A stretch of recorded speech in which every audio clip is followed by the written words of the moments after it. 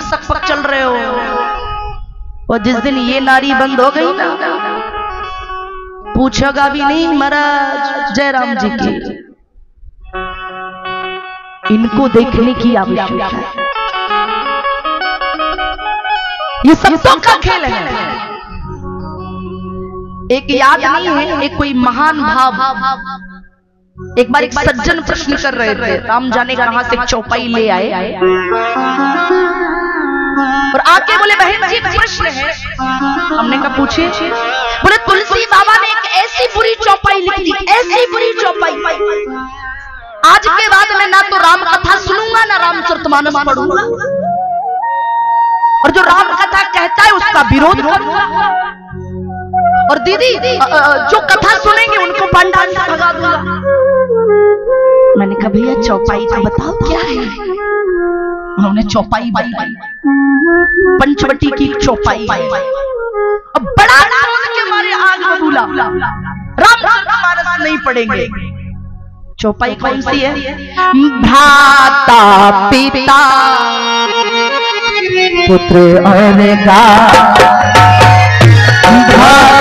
पिता पुत्र और गारी, माता पिता पुत्र और गारी, माता पिता पुत्र और गारी, देश मनोहर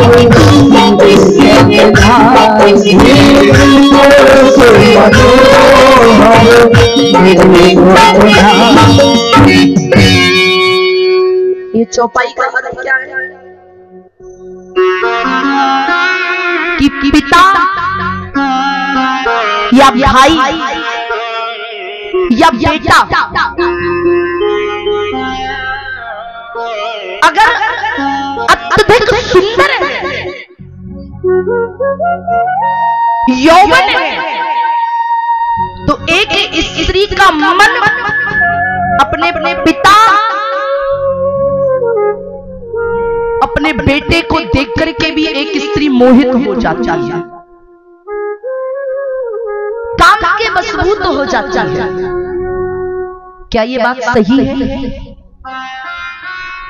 हम उस देश में रहते हैं जिस देश में बेटा अपनी, जिस देश में बाप अपनी बेटी को देवी समझता है। हम उस देश में रहते हैं जहां भाई बहन की रक्षा करने की सौगंध खाता है, जहां बेटी अपने माँ बाप को भगवान से ज्यादा दर्जा देती है। ये वो देश है जहां बेटी अपने बड़े भाई को अपने पिता का दर्जा देती है। लेकिन तुलसी बाबा लिखे हैं तो चौपाई गलत नहीं है, ये सत्य है। अब आप लोगों के मन में भी विचार ये होगा, आया होगा, अगर तुलसी बाबा ऐसी चौपाई लिख रहे हैं तो चलो घर नहीं पढ़ना, नहीं सुनना कथा, आया ना। लेकिन दादा रुको, ये तुलसी बाबा चौपाई लिखे हैं, लेकिन ये चौपाई मनुष्य जाति के ऊपर नहीं है। ये चौपाई पशु योनि में जितने जानवर आते हैं उनके लिए ये चौपाई लिखी गई है। उदाहरण के लिए एक गाय जो होती है, जब गाय जब बड़ी हो जाती है, और गाय जब बड़ी हो जाती है तो वो गाय नहीं देखती कि जिस बैल के साथ वो रह रही है या अनन्य कार्य कर रही है, हो सकता है कि वो बैल उसका भाई हो या हो सकता है वो बैल उसका कदाचित पिता भी हो सकता है। ये रामचरितमानस आप जिस दृष्टि से, जिस भावना से पढ़ोगे, उस भाव से आपको रामचरितमानस की कथा दिखाई देगी। हमारे दो प्रश्न। पहला, भगवान विष्णु के अवतार श्री भरत जी हैं, गर्भ में आने वाले श्री नारायण हैं, किंतु प्रकट होने वाले कोई और। मनु शत्रुपा ने 10,000 वर्ष तक तपस्या की। ब्रह्मा विष्णु महेश कई बार आए, लेकिन मांगा नहीं चीज। और जब ब्रह्मा विष्णु महेश से नहीं मांगा, तब एक आकाशवाणी हुई। और आकाशवाणी क्या हुई? मांग मांग पर, अरे मांग मांग पर भी नभवानी।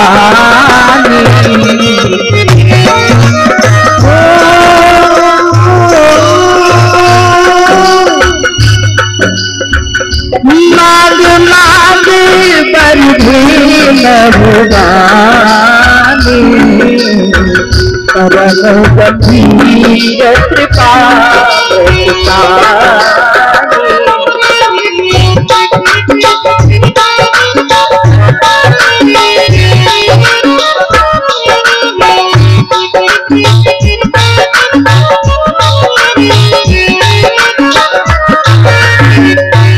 आकाशवाणी। अरे मांग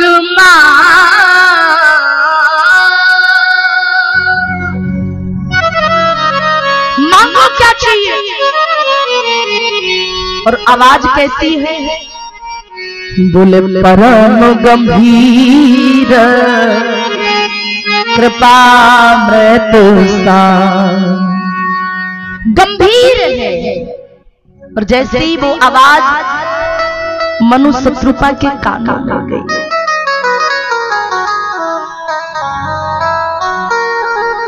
तो महाराज हस्ते पुष्टे तन भये हो सुहाए।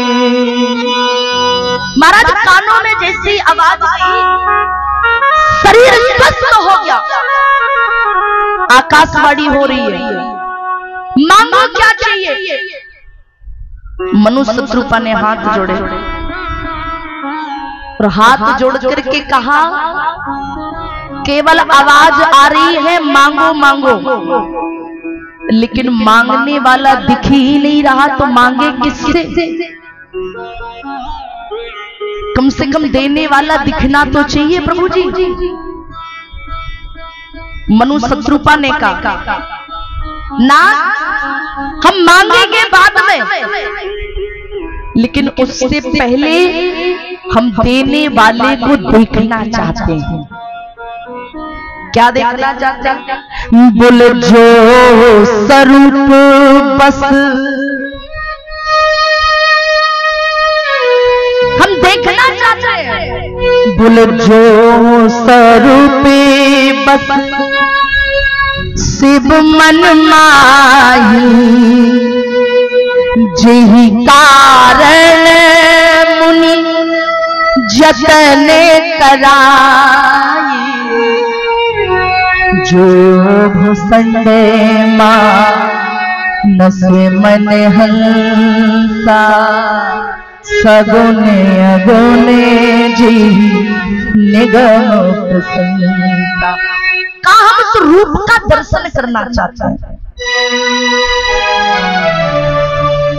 अब जैसे इतना कहा तो भगवान प्रकट हो गए। तो प्रभु का स्वरूप कैसा है? नीलांबुज श्याम मलको मलायम। भगवान नीले हैं। तो परमपिता परमात्मा का सौंदर्य रूप बड़ा अद्भुत है।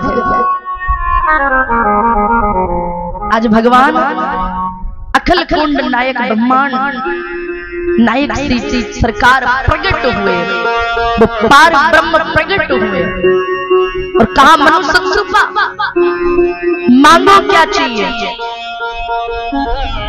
अच्छा विचार करिए, अगर भगवान हमारे सामने आ जाए तो क्या क्या मांगेंगे? ये भी दे दो, वो भी दे दो, ये भी दे दो, वो भी दे दो। लेकिन कभी जीवन में मांगने का मौका मिले तो मनु शत्रुपा के जैसे मांगे। राजा रानी दोनों हाथ जोड़े हैं, तो दोनों हाथ जोड़ करके कहते बोले दानी शिरोमणि कृपा निधि नाथ कहो सतुभा चाहूं तुम्हारी समान सुत प्रभु सन कवन गिरा।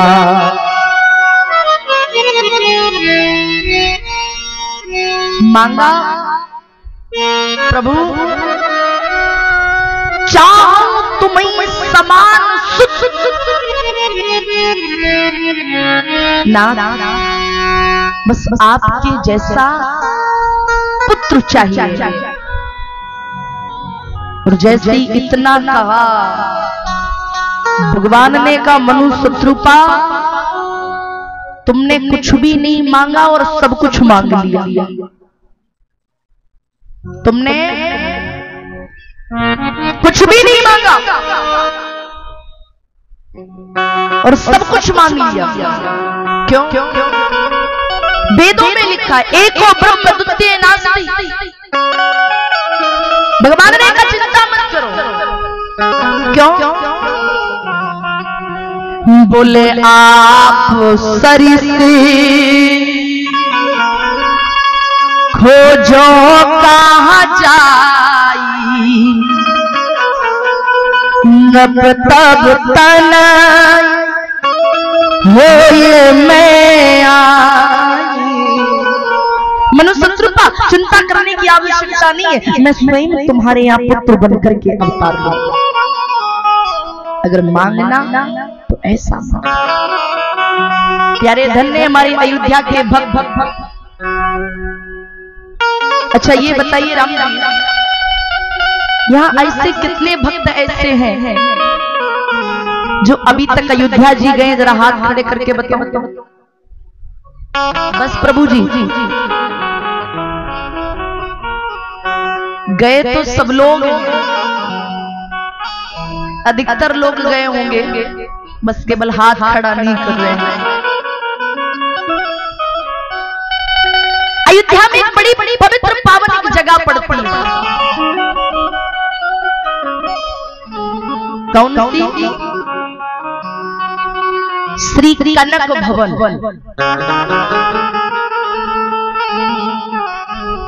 बड़ी पवित्र पावन जगह है श्री कनक भवन। आज भी कनक भवन में हमारे प्रभु श्री सीताराम जी विराजते हैं। और महाराज आज भी जब संध्या काल की आरती होती है ना,